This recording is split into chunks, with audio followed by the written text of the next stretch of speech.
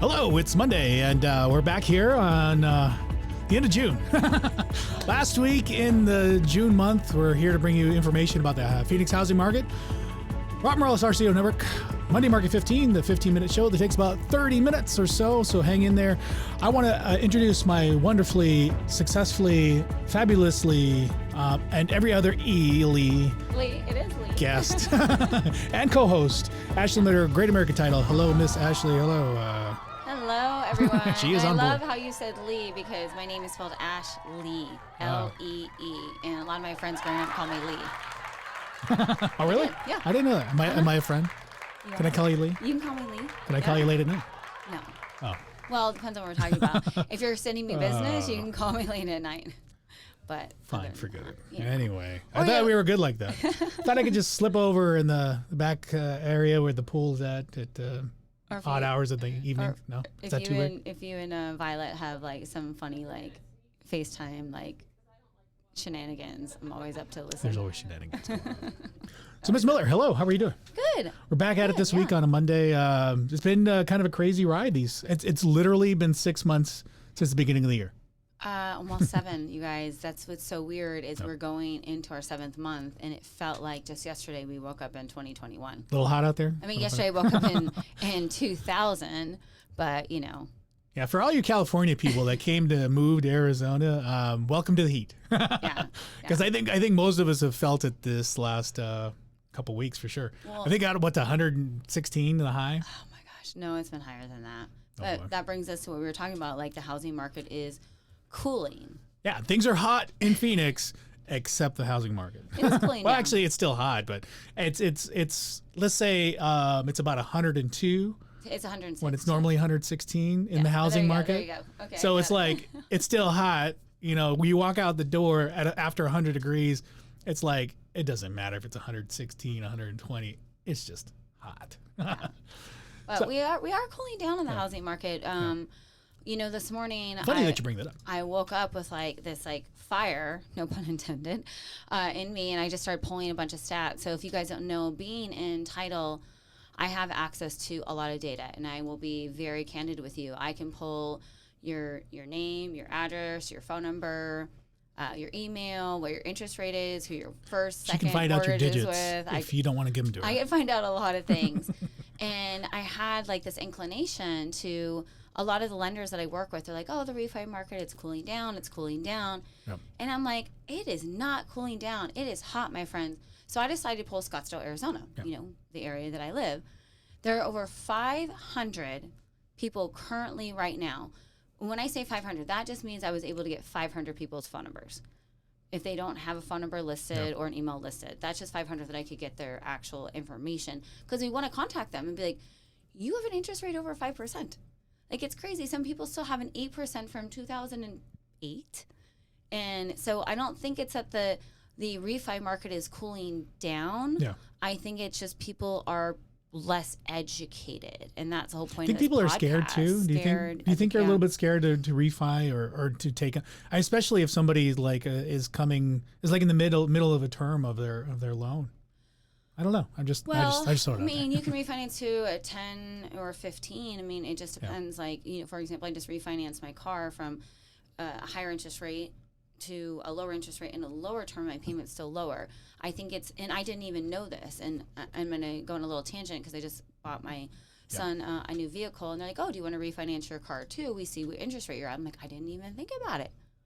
And then they did it. And I was like, holy guacamole. So the point is that we're not educating ourselves, or maybe we just don't know because we're paying too much to paying too much attention to the news versus listening to the people like the financial institution that told me to refi my car. And you would be that resource. Like, you have access to things like Cromford Report, which is phenomenal. What's the other one that you have? Well, I have Armless. That's a direct Armless. one. I mean, there's just other resources that I subscribe to, you know, and obviously the more informed and more educated that someone is, the better advice they give you. Not that this is financial advice in any way. We don't give financial advice here on the show. We just really here for more entertainment. But if you want financial advice, you may or may not listen to us. And you may lose all your money too, but I don't know. So, well, I wanted to do some recon, and I had asked Robert, okay, Recon, I want to know how many homes are in the market right now in Maricopa County. So what do? I go to Google, I type in how many, homes are available in Maricopa County. Google showed me it was like 22,000, and then Robert sitting next to me, he pulled it up, and it showed that in pulling it up now. Phoenix. So this is active on market. If you're on some of those major websites, they will also include this number here, this under contract, as the active number, and you may get a skewed perception. If I click on that one and the active, and again contingent offers, you'll get a kind of a skewed number or a skewed sense of how many active listings there are. Yeah, it went from 5 to almost 9. Yeah. 1,000. So if you just look at the active listings available for sale today in roughly the Phoenix area, because I included Florence, which I probably shouldn't. So there's way less. Actually, we started it with 5,995, I think, and now we're at 598. So obviously, there's been some that went into contract in just the few minutes that we've been talking. Yeah, you included a lot more in there than I would have anticipated. Fine. But the point, the fact of the matter is if we're just online Googling and trying to figure out and gather data or listening to the news, we're going to get incorrect data. We are. That's why we need somebody like Robert to, or I'm not just touting him, but your local agent that like and trust to give you some really great content, and make sure that agent does subscribe to things like Cromford Report. Yeah. I mean, these tools are not,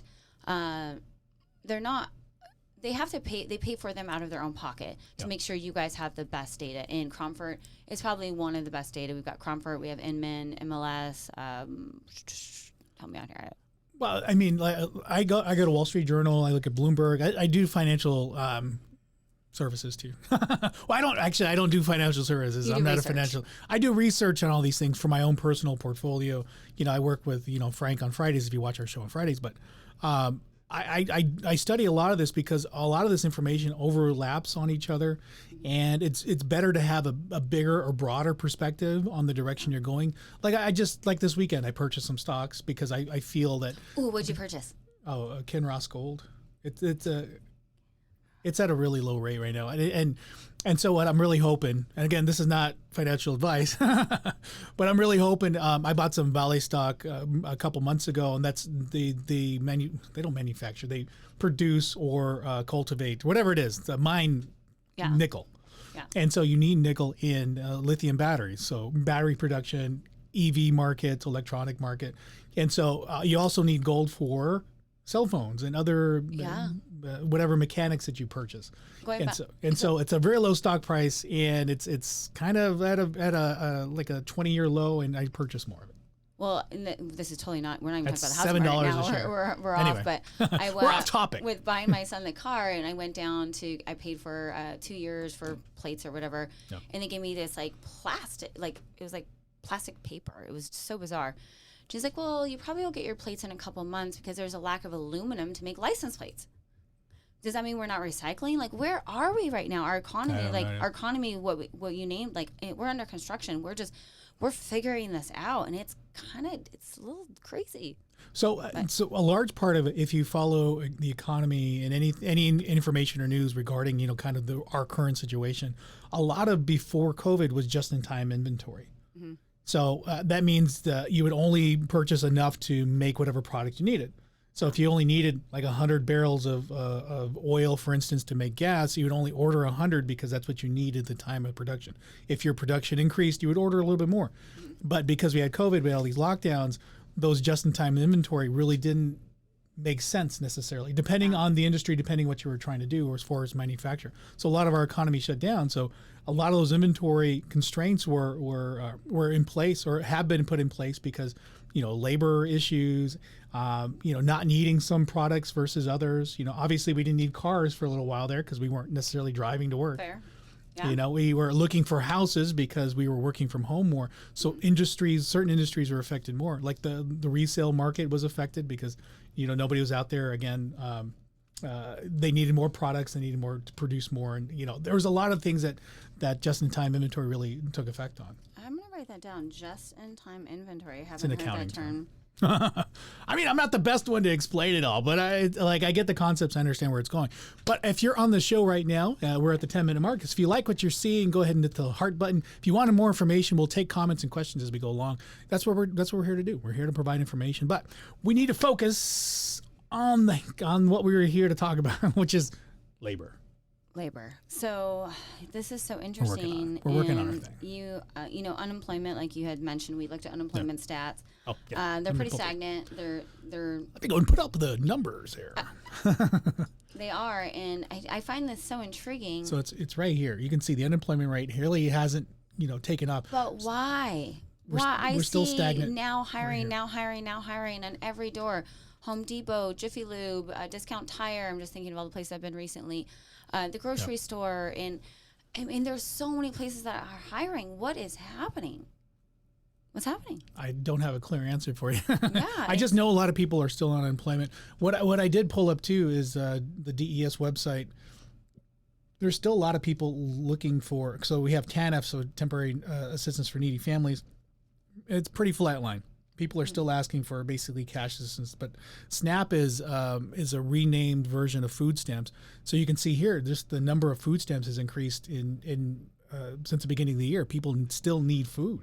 Well, and I brought up to you earlier when we were checking this out. So I just got a letter in the mail from the DES office, and it said I had been approved for food stamps. I had never applied for food stamps, and they approved me for almost $700. And I did not take it because I was like, I would rather that money be delegated to somebody else. But if I didn't apply and they're still offering it to me, this is the reason why we have so many companies going under, is because whatever's happening in our government, they're just throwing money at us. Like, oh, you like that? You know, most people want to have money thrown at them, but at the end of the day, like, are we throwing the money at the wrong people? I'm not going to take food stamps. Like, I'm not going to take advantage of that. Would $700 a month help? I have 3 boys and my brother living with me, so I'm one girl with 4 boys under my roof. Well, I think as a broad kind of just speculative and just really moderately informed opinion, I mean, most of the market segments that were affected by COVID were a lot of recreation. Mm-hmm. They were leisure activity type work. Restaurants, hotels. Whatever was recreational at the time. Mm-hmm. So like nobody's going to Castles and Coasters probably, or over there to the water park in Mesa. We did. We just went to the water park at the Arizona Grand, and it was super fun and great. But they were still getting acclimated. They didn't have enough employees to sustain to be there to help us. It was just. Well, generally speaking, I mean, if you go to a restaurant, I mean, the service at every single restaurant I've gone to isn't necessarily what I remember it being. Mm-hmm. Part of actually going out and enjoying food. I'll take it up so you can pick up your pen. Okay. So part of the whole thing about going to a restaurant was to enjoy the scenery, enjoy the service part of that, to actually feel like you're doubted upon or doted upon a little bit, because you're paying for that. If you're paying a premium price for food, you're paying for that service. And lately, going and spending $10, $20 more than I remember paying. I mean, I went out for breakfast and I think it was like $50. Mm-hmm. Oh. I'm like, it's just eggs and potatoes. Yeah. I didn't get any meat. I don't really eat that much meat. But going and spending that money and then getting the poor service on top of it, it's like, well, what's the point? Yeah. And so those jobs are being affected in one way or another. Those price points, and I again, what I think is happening is this whole thing over the last year has got people reevaluating what they want to do as a career. If you're home and you're getting government stimmies, and you're like, well, what should I do now? A lot of people, I did read an article this morning. It was pretty early, and it was like, people are starting to move more towards their passion projects for a smaller amount of income because they're getting those unemployment checks. They're like, well, now I'm going to go into whatever their passion was and pursue that because I'm already getting money from the government. But here's the thing, as you know, and I know being in the real estate industry, you can't finance a home on a passion project job and unemployment.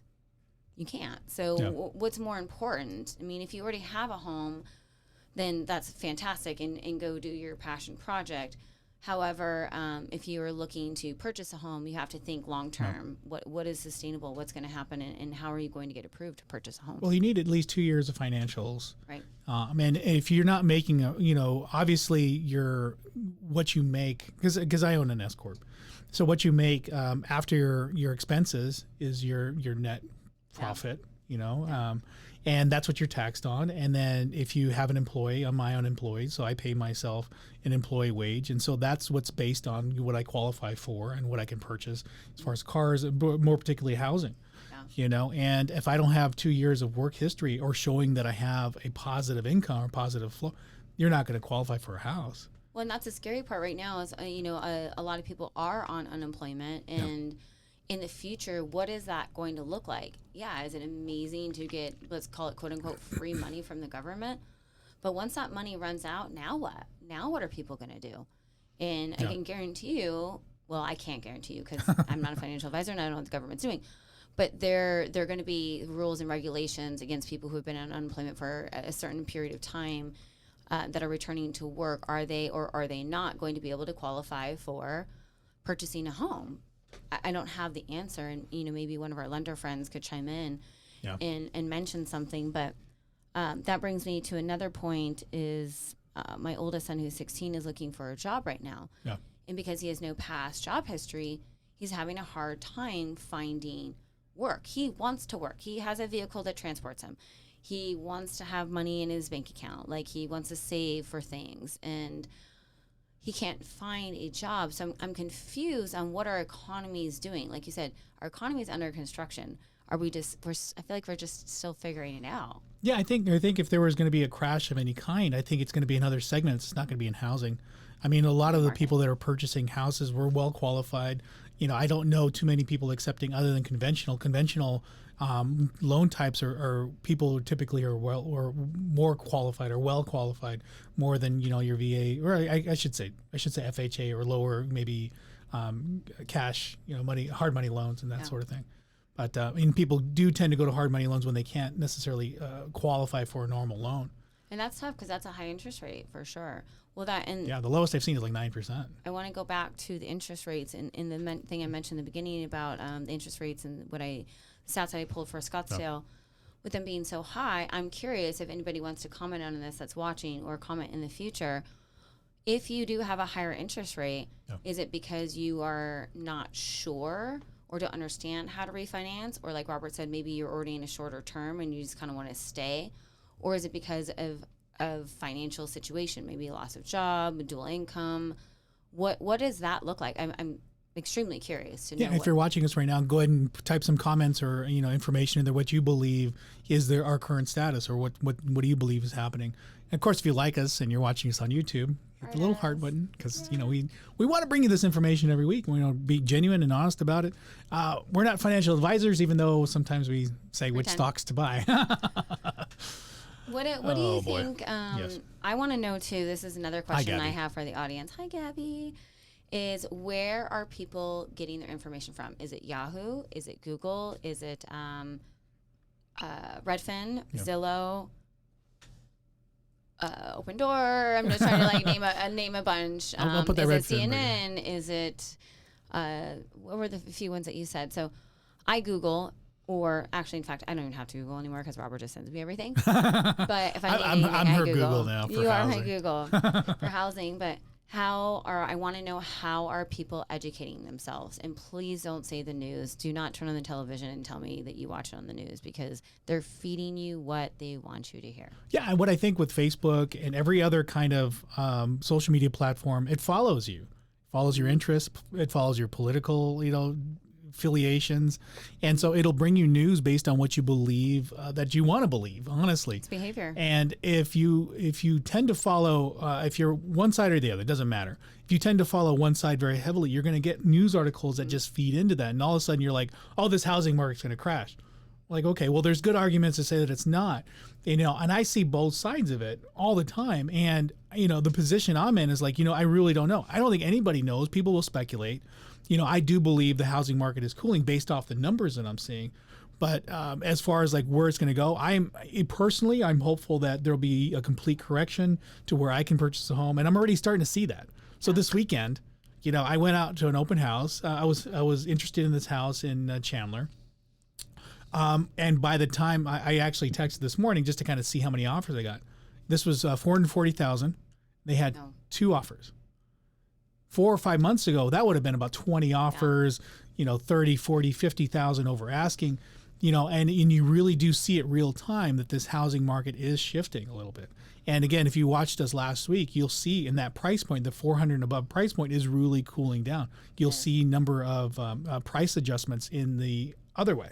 Not so much going up, they're going down. Yeah, I think what is it, under 365,000 is where you're seeing a little bit more of multiple offers versus basically it's called 400 and above. You're seeing less. Yeah, and anything under 300 is really rehab. Do you think it's because we're scaring off all the Californians with our heat? They could be going because of that. They could be going. I don't know. The California, the whole West Coast is like on fire. And sometimes literal. Last year, all the wildfires, right now. but they're having significant drought, just heat over there. I mean, they're getting it all sides, even if they come here. So it doesn't matter. There's no ocean here though. That's the thing that sucks. There's not. We got lakes, whatever, no biggie. But they have Lake Havasu. What is your opinion currently right now on some of these? This is not necessarily your wheelhouse, but renovation loans. So you have a buyer. I'm your buyer. I'm like, hey, Robert, Hi, Ashley. I can afford a house up to $350, but I really don't have the money to do the rehab. I was thinking about doing a renovation loan, which I'm not quite sure if it's conventional or not. But what is your opinion on people getting a renovation loan and buying a house that might be a little bit lower quality than they like? So they've got to put on those rose-colored glasses or those lenses and see that what they can do. How would you, in your personal opinion, 2 questions. How would you approach that with a buyer? Like helping them see through it? Would you bring a designer with them? Do you have a lender that you would encourage them to use that is really great with a renovation loan? And what does that look like? Is that something you would encourage your buyers to do? Would I encourage them to do that? No. Okay. And simply for the fact because usually if you're getting a house that needs renovation, it's probably well beyond just aesthetics or cosmetic repairs. Right. It's usually plumbing, depending on age. So anything before 1985, you're going to run into plumbing, electric issues. Anything before 1978, you're going to run into asbestos and other biohazard materials. And then you have construction. So a lot of homes in the 80s and older are going to be brick homes. So you may have some insulation issues there too. Oh, I know. And so the biggest cost items, especially in Phoenix, are roof and AC. AC you definitely want to have, and roof. So it depends on the property too.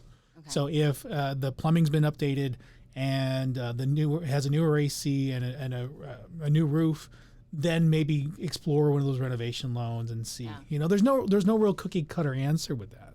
Well, I think the reason why I asked you the question was, again, going back to educating people, there are so many different loan programs out there that you can get. So if you can see beyond some of the funness in a home that you're like, and be patient, you can actually get into a home and design it yourself with these renovation loans. Yeah. I mean, they're pretty spectacular. I've been reading a lot about them lately. There's also a couple loans that you can get called greenhouse loans, I believe it is. Yep. Where you can go in, you can make it more. So you're talking about old brick homes, right? My house is an old brick home, and there's certain parts of the house that are just like a sauna, and other parts that are freezing cold. But green energy efficient loans. So really reaching out and finding somebody like Robert, a real estate agent that has resources, a lender that has these different programs, and stop pigeonholing yourself and thinking you can only buy this house, or it has to have the perfect carpet, or only tile, or this color paint, or these color cabinets. There's so many loan programs out there, and they're all meant to assist what's happening right now. You still have to be qualified, you still have to have a job, but they're out there, and turn off your TV. Well, it's definitely ask around, and there are different lenders that have different niche programs. I don't believe that there's a whole lot of lenders that are really tightening their shoestrings regarding some of these items.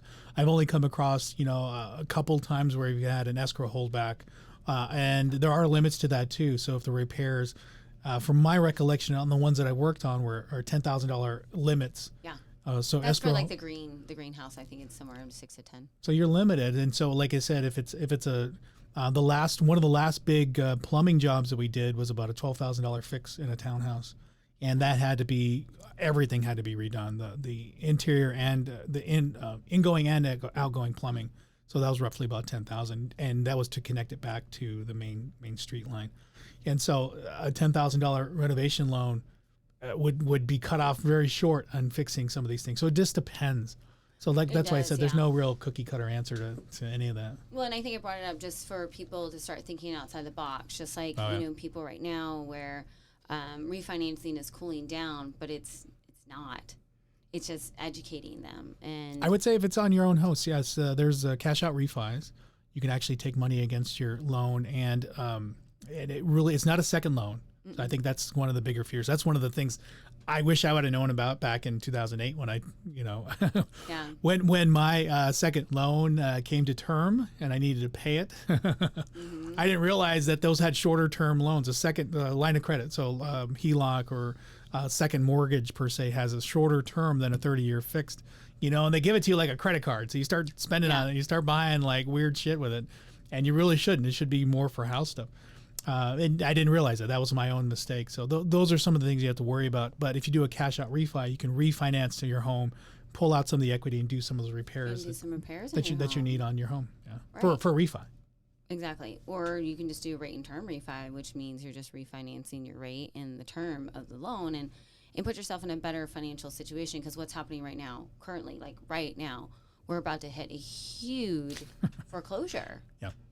And I feel as if a lot of these foreclosures could have been prevented with education.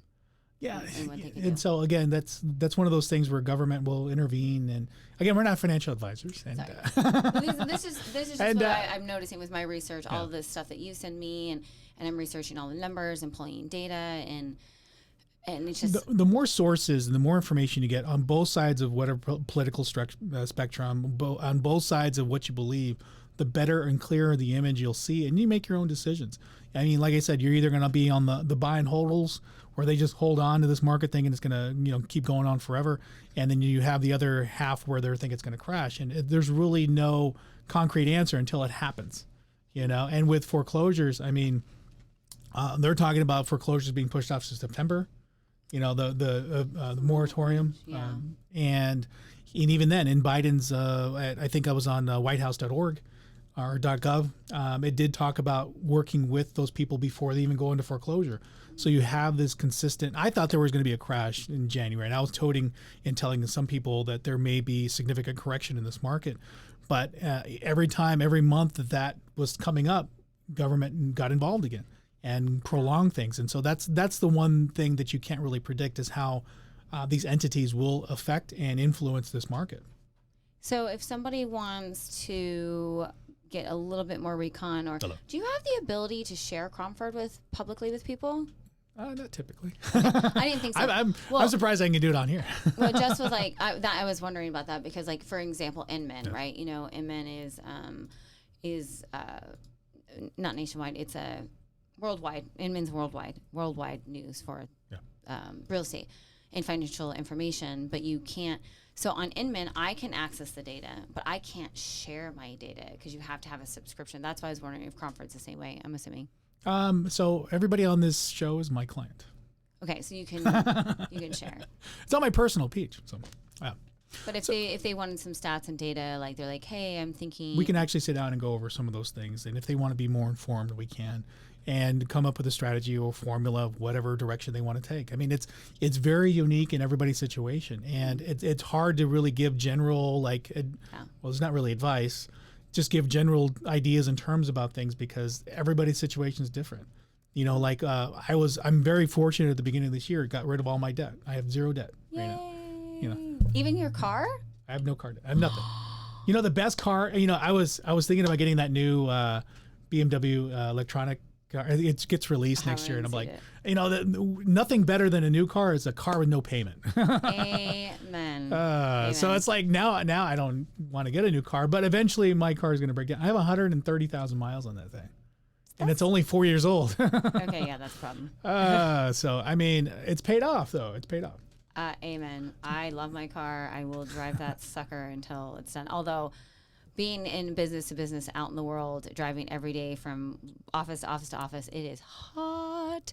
So I have looked at some Teslas, like the new Ford Mustang SUV. That thing is pretty awesome. There's a new electronic Mustang coming out too. Yeah, they're so cool. But with that being said, I like having a low car payment and I like having a diesel, but that's neither here nor there. I know it's like one of those things you're like, Yeah, I know. Put up my sunscreens, like put a tarp over my car when I get out. I don't know. So we're at the tail end of the show, Miss. Yeah. We're at 31 minutes. I'm just going to share a couple of last minute things just so you guys know. Days on inventory right now, we're looking at about 16 days. So if we go ahead and sell through all our inventory right now and had no new listings, we'd have 16 days worth of houses. So we're still kind of at a very, very low supply. So that's why you're still seeing a little bit of an aggressive market. Median price of homes right now, year over year, is running at about 30%, which is really high. And as you can see, it tops over the peak of 2007, right here, 2006, 2007. That was before the previous crash. You can kind of see there. Is there going to be one? That remains to be seen. I don't know. But I just know, what I do know is that we're about 30% year over year, which is a crazy amount. An average and normal market is anywhere from 3 to 5% appreciation, not 30. So would that go into the speculators what this housing market's going to crash? Possibly. It's just an inordinate amount of percentage year over year. Last thing before we head out is your average dollar per square foot on a lease. $1.34 per square foot on a lease, which a 2,000 square foot house is about $2,010 a month. Yeah. A little high. And you can kind of see from the chart, a little high. Let me get my face out of here. Hold on. Let me get my face out of there. So it's a little high year over year. We're running a little high. Well, and I know in certain areas like North Scottsdale, I was talking to this young kid, Logan, and cute as a button, him and his wife, they have a baby, and they're having a baby on the way. Yeah. They live in, it's about 1,800 square feet, and they're paying $3,300 because people are charging it. And there's bidding wars, too. I've seen a couple emails, a couple texts from friends that they saw a house that was $1,800, and they offered the highest one that they went was like $34,000. I know. It's like, what for what? It's just people are doing that, and it's unfortunate. But as people pull out of the purchase market, they're going into rentals. But what I think is, and I'm like beating a, what is it called? Beating a dead horse. I don't even know what the term is. She likes to beat dead horses. The amount of money they're paying to put down on that house to rent it in the monthly payment is substantially higher than what it would be just to pay that extra 20% to purchase a home. Do the math. I mean, we have Excel spreadsheets we can send you. Robert has some, I have some, where it breaks down your financial costs and what makes sense and what doesn't make sense and all the really cool programs. So going back again, reach out to Robert, use his resources, use me as a resource, or whomever you have as a resource, because we're so quick to make financial decisions based upon what we think is supposed to be happening because we're listening to the news and the negative energy and what's happening with our economy, when there's actually some really cool things that are happening behind the scenes that we can help you guys with, for sure. So yes, we are here, and we're at the end of the show. So if you have any comments or questions, if you made it all the way to the end, you might as well hit that like button on YouTube and love us and give us some more hearts, because that's what we appreciate. That's why we come to you every week. We bring you more information about the Phoenix housing market. My name is Rob Morales with my esteemed Lee co-host. Everything, she is beautifully, spiritually, and everything Lee co-host. Ms. Ashley Miller, Great American Title. We'll see you guys next week.